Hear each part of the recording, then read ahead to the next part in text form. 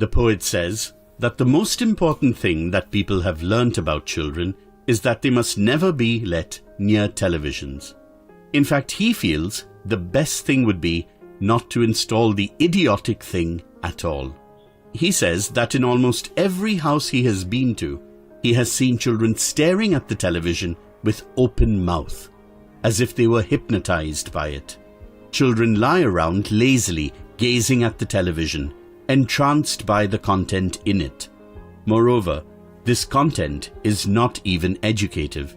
It is just rubbish, something that would serve no purpose for these children. He indulges in a bit of exaggeration, which is nonetheless amusing, when he says once he saw a dozen eyeballs on the ground when he went to someone's place.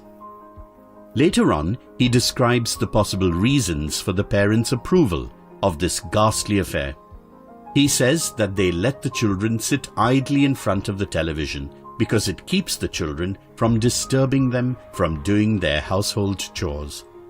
In the next few lines, Dahl assumes that the parents would agree with him and anticipates what their next question would be. He focuses on the dilemma suffered by the parents.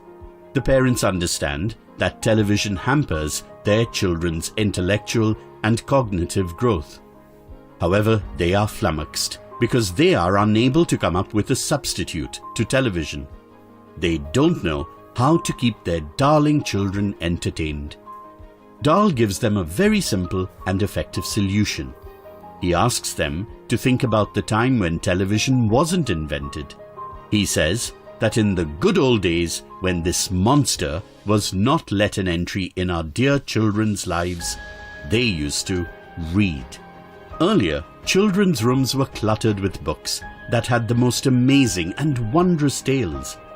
He implores the parents to think of the catastrophic effects television has on their young ones. He says that watching television makes their brain unimaginative and incapable of thinking.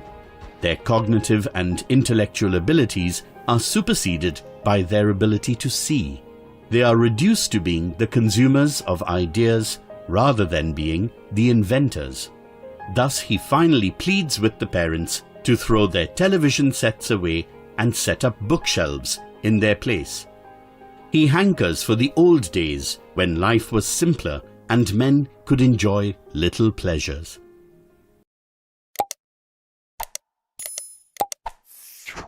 In the crossfire